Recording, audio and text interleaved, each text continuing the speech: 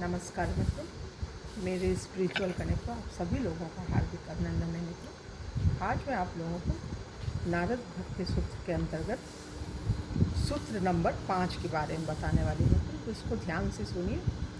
और उससे पूर्व मित्रों, आप लोगों से एक अनुरोध है कि मेरे स्पिरिचुअल कनेक्ट को यदि सब्सक्राइब ना किए हों आप लोग तो सब्सक्राइब कर लीजिए और ज़्यादा से ज़्यादा लोगों को शेयर कीजिए मित्रों, और लाइक की बटन भी क्लिक कीजिए। भक्ति वाले लोग हैं उनको आप देंगे, उन्हें सुनाएंगे तो आप पुण्य के भी भागी बन सकते हैं। ये तो आप कर सकते हैं मित्रों। तो चलिए हम लोग शुरू कर सकते हैं सूत्र नंबर 5 के बारे में। ऐसी शुद्ध भक्तिमय सेवा, ऐसी शुद्ध भक्तिमय सेवा में नियुक्त व्यक्ति न तो इंद्रिय तृप्ति हेतु कोई इच्छा करता है, न किसी हानि का शोक करता है, न किसी से द्वेष करता है, न अपने लिए कोई हर्ष मानता है, और न ही भौतिक क्रिया में अति उत्साही होता है। मित्रों, ये 5वें नंबर का सूत्र जो है, अब हम गृहस्थों के लिए और हर व्यक्ति के लिए ये बहुत ही अनिवार्य है। इसको सुनिए, सुनने से शांति मिलेगा, सुकून मिलेगा और हमारा जीवन धन्य होगा और हम भगवान की प्राप्ति बड़े सहज ढंग से कर सकते हैं।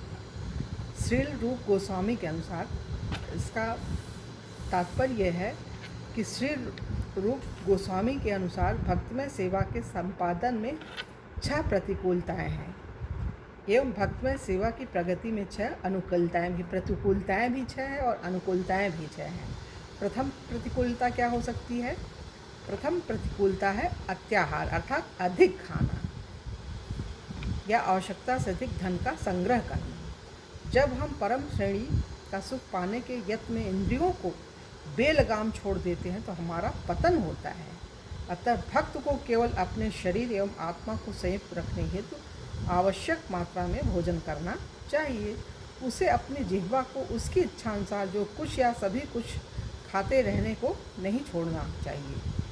भगवद गीता एवं महान आचार्यों तथा गुरुओं ने मनुष्यों हेतु विशिष्ट खाद्यों को निर्धारित किया है और इन खाद्यों को खाने वाला व्यक्ति सत्वगुण में आहार करता है। इन खाद्यों में अन्न, फल, शाक, दूध उत्पादन व शक्कर आते हैं और कुछ नहीं। भक्त मनमाना आहार नहीं करता, वह तो बस वही खाता है जिसका वह भगवान कृष्ण को भोग लगाता है। उसकी रुचि कृष्ण प्रसादम, भगवान को अर्पित खाद्य में होती है, अपनी जिह्वा की संतुष्टि में नहीं। अतः वह किसी विलक्षण आहार की इच्छा नहीं करता। इसी प्रकार भक्त अत्यधिक धन के संग्रह की भी इच्छा नहीं करता, वह मात्र आवश्यकता अनुसार ही कमाता है। यह यावदर्थ या युक्ताहार कहलाता है।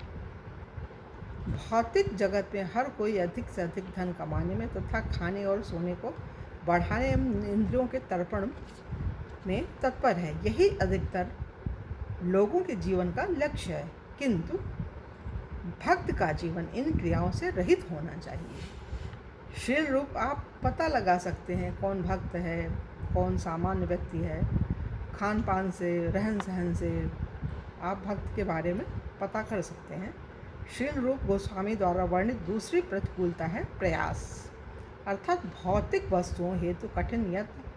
किसी भौतिक लक्ष्य की प्राप्ति हेतु भक्त को अधिक उत्साही नहीं होना चाहिए। उसे भौतिक लाभों की प्राप्ति के लिए दिन रात कार्यरत कर्मकांडी लोगों जैसा नहीं होना चाहिए।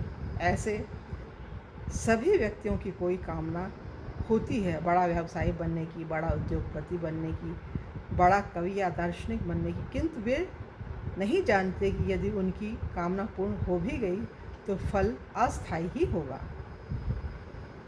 शरीर के समाप्त होते ही सारी भौतिक उपलब्धियाँ, शरीर के समाप्त होने के बाद भौतिक उपलब्धियाँ तो समाप्त हो ही जाती हैं। इस जगत में भौतिकता से प्राप्त कुछ भी कोई अपने साथ नहीं ले जाता। जो एकमात्र वस्तु अपने साथ ले जा सकता है वह भक्तिमय सेवा की निधि, केवल वही कभी क्षीण नहीं होती। भक्तिमय सेवा में अगली प्रतिकूलता है प्रजल्प, अर्थात भौतिक विषय वस्तु संबंधी वार्ता। कई लोग व्यर्थ ही समाचार पत्र की दैनिक घटनाओं की बातचीत करके बिना किसी लाभ के समय बिता देते हैं, किंतु भक्त राजनीति अथवा अर्थनीति के अनावश्यक चर्चाओं में भाग नहीं लेता। न ही भक्त वेदों में वर्णित बाह्य विधानों के पालन में अधिक दृढ़ होता है। इन अनुष्ठानों के प्रति लगाव रखना अगली प्रतिकूलता है, जिसे नियमाग्रह कहते हैं। चूँकि भक्त भगवान की परम सेवा में पूर्णतः संलग्न रहता है, वह स्वतः ही अन्य सारे कर्तव्यों को पूरा करता है एवं उसे वैदिक अनुष्ठानों के समस्त विवरणों का प्रतिपादन नहीं करना होता, जैसा कि श्रीमद् भागवतम में बोला ही गया है। इस संसार में जन्मा प्रत्येक मनुष्य देवताओं, महर्षियों, साधारण जीवों, परिवार, समाज इत्यादि के प्रति तुरंत ऋणी हो जाता है, किंतु भगवान के चरण कमलों में शरणागत एवं उनकी सेवा में पूर्णतः नियुक्त व्यक्ति किसी के प्रति ऋणी नहीं रहता। अन्य शब्दों में फिर उसे भक्ति में सेवा के सिवाय कोई औपचारिकताएं पूरी नहीं करनी होती। सर्वोपरांत भक्त को लोभ ही नहीं होना चाहिए।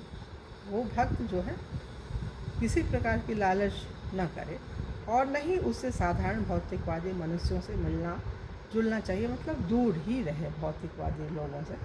ये इच्छा निषेध भक्तों हेतु है, अतः भगवत प्रेम के सिद्ध स्तर की प्राप्ति का इच्छुक इन छह वस्तुओं से दूर ही रहता है। इसी प्रकार भक्तिमय सेवा में प्रगति हेतु छह अनुकूलताएं हैं। क्या है? सर्वप्रथम, जहाँ व्यक्ति को भौतिक उपलब्धियों की प्राप्ति हेतु उद्यमी नहीं होना चाहिए, वहाँ उसे भक्तिमय सेवा का सिद्ध स्तर प्राप्त करने हेतु बहुत उद्यमी होना चाहिए। यह उत्साह कहलाता है। जीव कार्य करना बंद नहीं करता, अतः जब उसे भौतिक उपलब्धियों हेतु उत्साही होने को रोका जाए तो उसे आध्यात्मिक उपलब्धियों हेतु उत्साही होने को प्रोत्साहित भी करना चाहिए। उत्साह जीव का लक्षण है, उसे बंद नहीं किया जा सकता।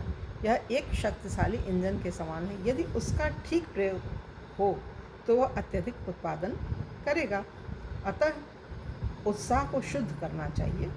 उत्साह को भौतिक लक्ष्यों की प्राप्ति में नियोजित करने के स्थान पर व्यक्ति को भक्तिमय सेवा के सिद्ध स्तर की प्राप्ति हेतु उत्साही होना चाहिए। वास्तव में अपने भक्तों को भक्तिमय सेवा में प्रोत्साहित करने के उद्देश्य से कृष्ण इस भौतिक जगत में अवतार लेते हैं। भक्तिमय सेवा का अगला अनुकूल तत्व है निश्चय। जब व्यक्ति निजी भगवत सेवा में निराश हो जाता है तो उस निराशा को भी त्याग देना चाहिए और उसके स्थान पर भगवत प्रेम के परम लक्ष्य की प्राप्ति का निश्चय ले आना चाहिए।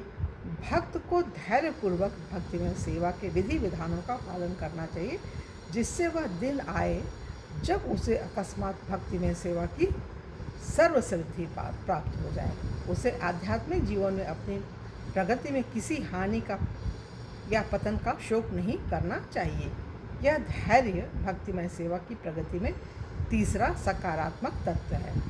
इसके पश्चात शुद्ध भक्त भक्तिमय सेवा के संपादन में द्वेषी, ईर्ष्यालु या आलसी नहीं होता। अपनी प्रगति के प्रति निश्चित वह सदा अपने निर्धारित भक्तिमय कर्तव्य करता रहता है। इसे तत् कर्म प्रवर्तक कहते हैं। अंतिम दो तत्व है संग त्याग, अर्थात अभक्तों के संग का त्याग, तथा सतोवृत्ति अर्थात पूर्वाचार्यों के पद चिन्हों का अनुसरण। इन अभ्यासों से भक्त को भक्तिमय सेवा के पथ पर स्थित रहने तथा अस्थायी भौतिक वस्तुओं के भोग से दूर रहने में मदद मिलती है। अतः भक्त की क्रियाएं भौतिक जगत के किसी भी दूषण से रहित सदा शुद्ध रहती हैं।